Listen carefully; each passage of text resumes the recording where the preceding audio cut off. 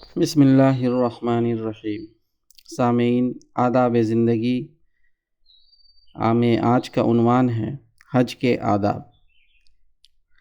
Number 1، حج کرنے میں تاخیر اور ٹال مٹول ہرگز نہ کیجیے۔ جب بھی خدا اتنا دے کہ آپ اس خوشگوار فریضے کو ادا کر سکیں تو پہلی فرصت میں روانہ ہو جائیے۔ زندگی کا کوئی بھروسہ نہیں ہے کہ آپ اس فریضے کو ایک سال سے دوسرے سال پر ٹالتے رہیں۔ قرآن مجید میں ہے، اور لوگوں پر خدا کا یہ حق ہے کہ جو اس کے گھر تک پہنچنے کی استطاعت رکھتا ہو وہ اس کا حج کرے، اور جو اس حکم کی پیروی سے انکار کرے تو اسے معلوم ہونا چاہیے کہ خدا سارے جہان والوں سے بے نیاز ہے۔ انسان کے اس سے بڑی تباہی اور محرومی کیا ہوگی کہ خدا اس سے بے نیازی اور بے تعلقی کا اعلان فرمائے۔ حدیث میں ہے، جو شخص حج کا ارادہ کرے اسے حج کرنے میں جلدی کرنی چاہیے، کیونکہ ممکن ہے وہ بیمار پڑ جائے، ممکن ہے اونٹنی کھو جائے، اور ممکن ہے کوئی اور ایسی ضرورت پیش آ جائے کہ حج ناممکن ہو جائے۔ مطلب یہ ہے، وسعت ہونے کے بعد خواہ مخواہ ٹال مٹول نہ کرنی چاہیے۔ معلوم نہیں آئندہ یہ ذرائع اور وسعت و سہولت باقی رہے یا نہ رہے، اور پھر خدا نخواستہ آدمی حج بیت اللہ سے محروم ہی رہ جائے۔ خدا اس محرومی سے ہر بندہ مومن کو بچائے رکھے۔ نبی صلی اللہ علیہ وسلم نے ایسے لوگوں کو انتہائی سخت انداز میں تنبیہ فرمائی ہے۔ حدیث میں ہے، جس شخص کو کسی بیماری نے یا کسی واقعی ضرورت نے یا کسی ظالم و جابر حکمراں نے نہ روک رکھا ہو اور وہ پھر بھی حج نہ کرے تو یہ چاہیے وہ یہودی مر جائے یا نصرانی۔ حضرت عمر رضی اللہ عنہ کو یہ کہتے سنا گیا ہے کہ جو لوگ قدرت رکھنے کے باوجود حج نہیں کرتے، میرا جی چاہتا ہے کہ ان پر جزیہ لگا دوں، وہ مسلمان نہیں ہیں۔ نمبر 2، خدا کے گھر کی زیارت اور حج محض اپنے خدا کو خوش کرنے کے لیے کیجیے، کسی اور دنیاوی غرض سے اس پاکیزہ مقصد کو آلودہ نہ کیجیے۔ قرآن پاک میں ہے، اور نہ ان لوگوں کو چھیڑو جو اپنے رب کے فضل اور اس کی خوشنودی کی تلاش میں احترام والے گھر کی طرف جا رہے ہیں۔ المائدہ آیت نمبر 2۔ حج اور عمرے کو محض خدا کی خوشنودی کے لیے پورا کرو۔ البقرہ آیت نمبر 196۔ اور نبی صلی اللہ علیہ وسلم کے ارشاد ہے، حج مبرور وہ حج ہے جو محض خدا کی خوشنودی حاصل کرنے کے لیے پورے آداب و شرائط کے ساتھ کیا گیا ہو۔ حج مبرور کا صلہ تو جنت سے کم ہے ہی نہیں۔ نمبر 3، حج کے لیے جانے کا چرچا نہ کیجیے، خاموشی سے جائیے اور آئیے۔ ہر اس رسم اور طریقے سے سختی کے ساتھ بچیے جس میں نمود و نمائش اور دکھاوے کا شائبہ ہو۔ یوں تو ہر عمل کے عمل صالح اور عمل مقبول ہونے کا انحصار اس پر ہے کہ وہ محض خدا کے لیے ہو اور کسی دوسری خواہش کا اس میں آمیزہ بھی نہ ہو، لیکن خاص طور پر حج میں اس کا اور زیادہ دھیان رکھنا اس لیے ضروری ہے کہ یہ روحانی انقلاب اور تزکیہ نفس و اخلاق کی ایک آخری تدبیر ہے، اور جو روحانی مریض اس جامع علاج سے بھی شفا یاب نہ ہو، پھر اس کی شفا یابی کی امید کسی دوسرے علاج سے بہت ہی کم رہ جاتی ہے۔ نمبر 4، حج کو جانے کی وسعت نہ ہو تب بھی خدا کے گھر کو دیکھنے کی تمنا اور روضہ رسول صلی اللہ علیہ وسلم پر سلام پڑھنے کی آرزو اور حج سے پیدا ہونے والے ابراہیمی جذبات سے اپنے سینے کو آباد اور منور رکھیے۔ ان جذبات کے بغیر کوئی سینہ مومن کا سینہ نہیں بلکہ ایک ویران کھنڈر ہے۔ نبی اکرم صلی اللہ علیہ وسلم کے ارشاد، حج اور عمرے کے لیے جانے والے خدا کے خصوصی مہمان ہیں، وہ خدا سے دعا کریں تو خدا قبول فرماتا ہے اور مغفرت طلب کریں تو بخش دیتا ہے۔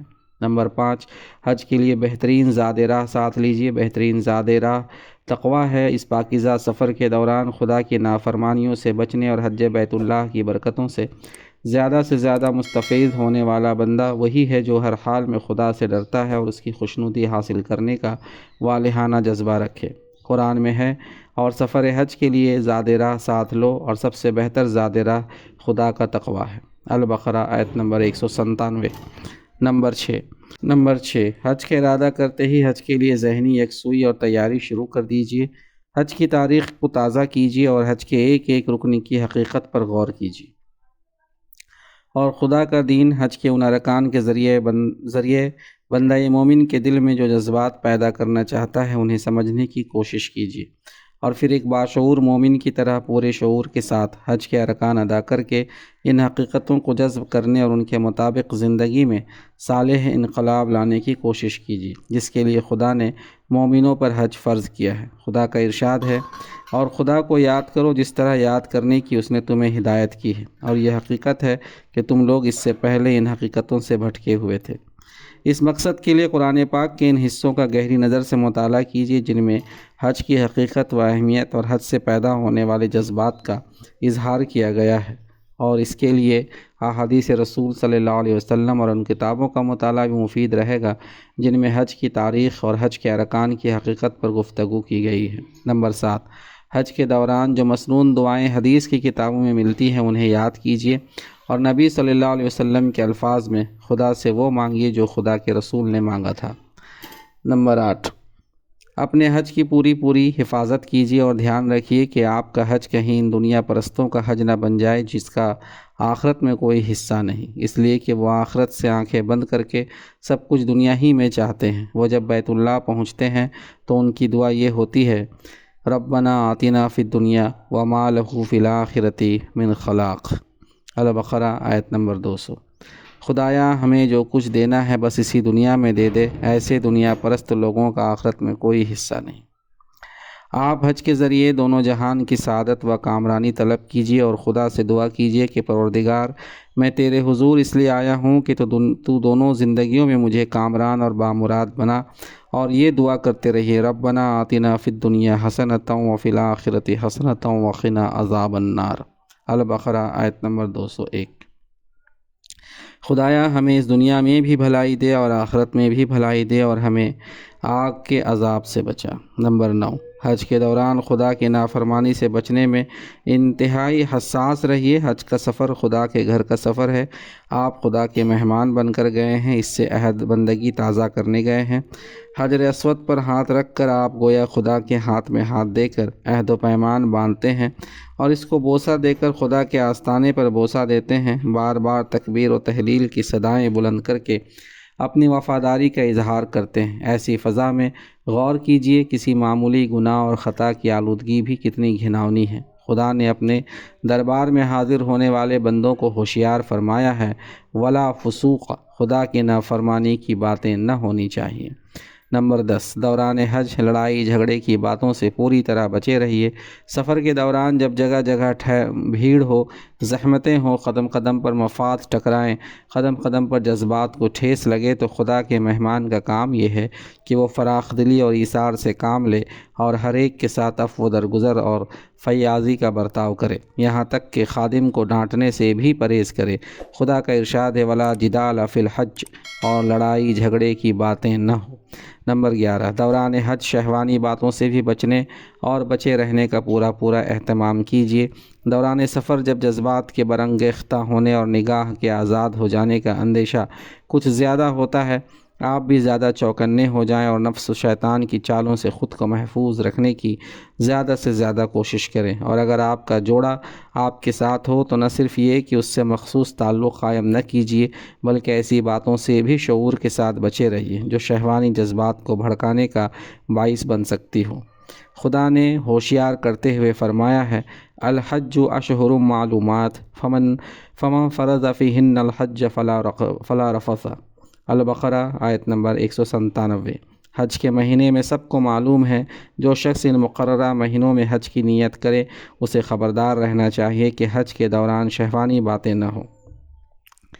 اور نبی صلی اللہ علیہ وسلم کے ارشاد ہے، جو شخص خدا کی اس گھر کی زیارت کے لیے یہاں آیا اور وہ بے حیائی اور شہوانی باتوں سے بچا رہا اور فسق و فجور میں بھی مبتلا نہیں ہوا تو وہ پاک و صاف ہو کر اس طرح لوٹتا ہے جس طرح وہ ماں کے پیٹ سے پاک و صاف پیدا ہوا تھا۔ نمبر 12، شاعر اللہ کا پورا احترام کیجیے۔ کسی روحانی اور معنوی حقیقت کو محسوس کرانے اور یاد دلانے کے لیے خدا نے جو چیز علامت کے طور پر مقرر فرمائی ہے اس کو شعیرہ کہتے ہیں۔ شعائر اسی کی جمع ہے۔ حج کے سلسلے کی ساری ہی چیزیں خدا پرستی کی کسی ناقصی حقیقت کو محسوس کرانے کے لیے علامت کے طور پر مقرر کی گئی ہے، ان سب کی تعظیم کیجیے۔ قرآن میں خدا کا ارشاد ہے، اور اے مومنو، خدا پرستی کی ان نشانیوں کو بے حرمت نہ کرو، نہ حرمت کے ان مہینوں کی بے حرمتی کرو، نہ قربانی کے جانوروں پر دست درازی کرو، نہ ان جانوروں پر ہاتھ ڈالو جن کی گردنوں میں نظر خداوندی کی علامت کے طور پر پٹے پڑے ہیں، اور نہ ان لوگوں کی راہ میں رکاوٹ ڈالو جو اپنے پروردگار کے فضل اور اس کی خوشنودی کی تلاش میں مکان محترم کعبہ کی طرف جا رہے ہیں۔ اور سورہ حج میں ہے، اور جو خدا پرستی کی ان نشانیوں کا احترام کرے جو خدا نے مقرر کی ہیں تو یہ دلوں کے تقوی کی بات ہے۔ نمبر 13، ارکان حج ادا کرتے ہوئے انتہائی عجز و احتیاج، بے کسی اور بے بسی کا اظہار کیجیے کہ خدا کو بندے کی عاجزی اور ماندگی ہی سب سے زیادہ پسند ہے اور درماندگی ہی سب سے زیادہ پسند ہے۔ نبی صلی اللہ علیہ وسلم سے کسی نے پوچھا، حاجی کون ہے؟ فرمایا، جس کے بال پریشان ہوں اور میلا کچیلا ہو۔ نمبر 14، احرام باندھنے کے بعد ہر نماز کے بعد، ہر بلندی پر چڑھتے وقت اور ہر پستی کی طرف اترتے وقت اور ہر قافلے سے ملتے وقت اور ہر صبح کو نیند سے بیدار ہو کر بلند آواز سے تلبیہ پڑھیے۔ یہ ہے لبیک اللہم لبیک، لبیک لا شریک لک لبیک، ان الحمد والنعمت لک والملک لا شریک لک۔ میں حاضر ہوں خدایا، میں حاضر ہوں، تیرا کوئی شریک نہیں، میں حاضر ہوں، بے شک ساری تعریف تیرے ہی لیے ہے، نعمت سب تیری ہی ہے، ساری بادشاہی تیری ہی ہے، تیرا کوئی شریک نہیں۔ نمبر 15، عرفات کے میدان میں حاضر ہو کر زیادہ سے زیادہ توبہ و استغفار کیجیے۔ قرآن کی ہدایت ہے، پھر تم بھی وہیں سے پلٹو جہاں سے اور سارے لوگ پلٹتے ہیں اور خدا سے مغفرت چاہو، بلا شبہ خدا بہت زیادہ معاف فرمانے والا اور بہت زیادہ رحم کرنے والا ہے۔ البقرہ آیت نمبر 199۔ نبی صلی اللہ علیہ وسلم کے ارشاد ہے، خدا کے نزدیک عرفہ کا دن تمام دنوں سے زیادہ بہتر ہے۔ اس دن خدا آسمانی دنیا پر خصوصی طور سے متوجہ ہو کر فرشتوں کے سامنے اپنے حاجی بندوں کی عاجزی اور درماندگی کی حالت پر فخر کرتا ہے۔ فرشتوں سے فرماتا ہے، فرشتوں دیکھو میرے بندے پریشان دھوپ میں میرے سامنے کھڑے ہیں، یہ لوگ دور دور سے یہاں آئے ہیں، میری رحمت کی امید انہیں یہاں لائی ہے، حالانکہ انہوں نے میرے عذاب کو نہیں دیکھا۔ اس فخر کے بعد لوگوں کو جہنم کے عذاب سے آزاد کرنے کا حکم دیا جاتا ہے، اور عرفے کے دن میں اتنے لوگ بخشے جاتے ہیں کہ اتنے کسی دن بھی نہیں بخشے جاتے۔ نمبر 16، منی میں پہنچ کر انہی جذبات کے ساتھ قربانی کیجیے جن جذبات کے ساتھ خدا کے دوست حضرت ابراہیم علیہ السلام نے اپنے پیارے بیٹے حضرت اسماعیل علیہ السلام کی گردن پر چھری رکھی تھی، اور قربانی کے ان جذبات کو اپنے دل و دماغ پر اس طرح طاری کیجیے کہ زندگی کے ہر میدان میں آپ قربانی پیش کرنے کے لیے تیار رہیں، اور زندگی واقعی اس عہد کی عملی تصویر بن جائے کہ ان صلاتی و نسوکی و محیای و مماتی للہ رب العالمین لا شریک لہ۔ الانعام آیت نمبر 162 163۔ بے شک میری نماز اور میری قربانی، میری زندگی اور میری موت ایک اللہ کے لیے ہے جو سارے جہانوں کا رب ہے، جس کا کوئی شریک نہیں۔ نمبر 7، حج کے ایام میں برابر خدا کی یاد میں مشغول رہیے اور کسی وقت دل کو اس ذکر سے غافل نہ ہونے دیجیے۔ خدا کی یاد ہی تمام عبادتوں کا اصل جوہر ہے۔